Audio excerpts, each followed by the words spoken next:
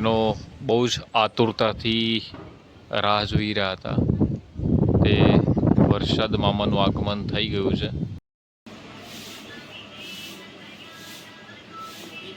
તો ફાઇનલી આપણે ગાંધીનગર પહોંચી ગયા છીએ.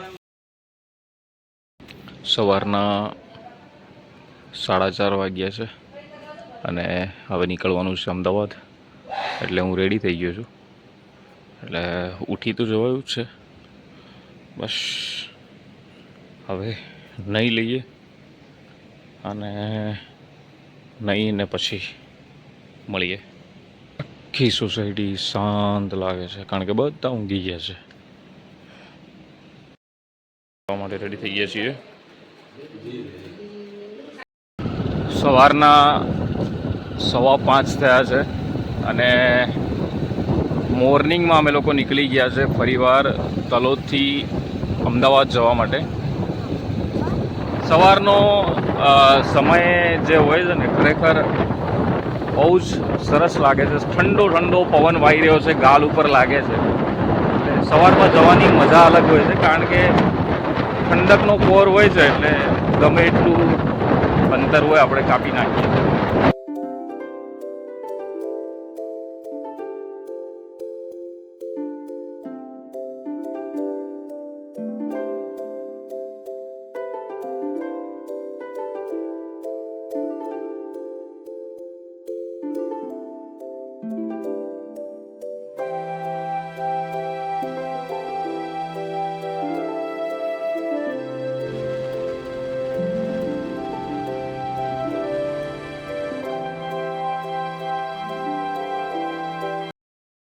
તો ભાઈ અમે અહીંયા પેટ્રોલ પૂરવા માટે ઊભા રહ્યા છીએ.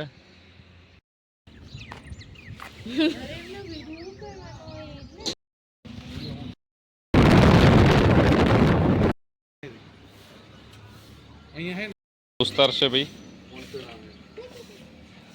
તો ફાઇનલી આપણે ગાંધીનગર પહોંચી ગયા છીએ અને એક ચા બ્રેક માટે ઊભા છીએ અહીંયા. તો ચા પીએ અને પછી આપણે આગળ જઈએ.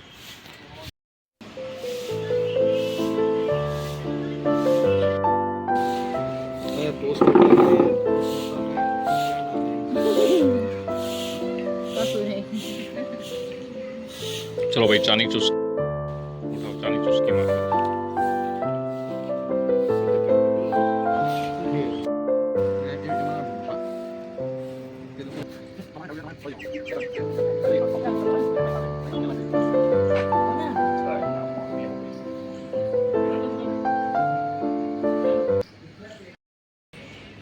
કેટલી અસલી છે ભાઈ. તો ઉપસરપંચ ગોળની ચા ભાઈ સરસ હતી ને. અમે ચા પીધી, ચા ખૂબ સરસ હતી. હવે આગળ માટે પ્રસ્થાન કરીએ છીએ. નો ગાંધીનગર સેક્ટર 21 કંઈક નજારો આવો છે.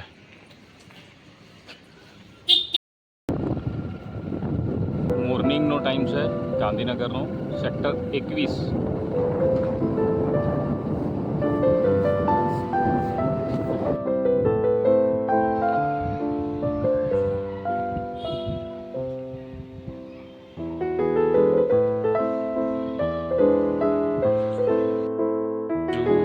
કાળું કાળું થઈ ગયું છે આ કાળું કાળું કહેવાય. પણ આ તો મને વાદળ હતા તો બધું સફેદ સફેદ લાગે છે. એવું અરે ચમકારો થયો સડનલી વિડીયો બનાવતા કેપ્ચર થઈ ગયું. આ બાજુ બધું કાળું કાળું લાગે છે પણ વરસાદ આવવાનો જ છે યાર. 100% વરસાદ આવવાનો છે આજે. આવશે તો બતાવીશું ભાઈ અમદાવાદની પહેલી બારિશ. જોરદાર પવન ચાલુ થઈ ગયો છે. જો ઝાડ હલે છે એના પરથી તમને આઈડિયા આવી જશે હે ને. હા જોરદાર પવન આવ્યો.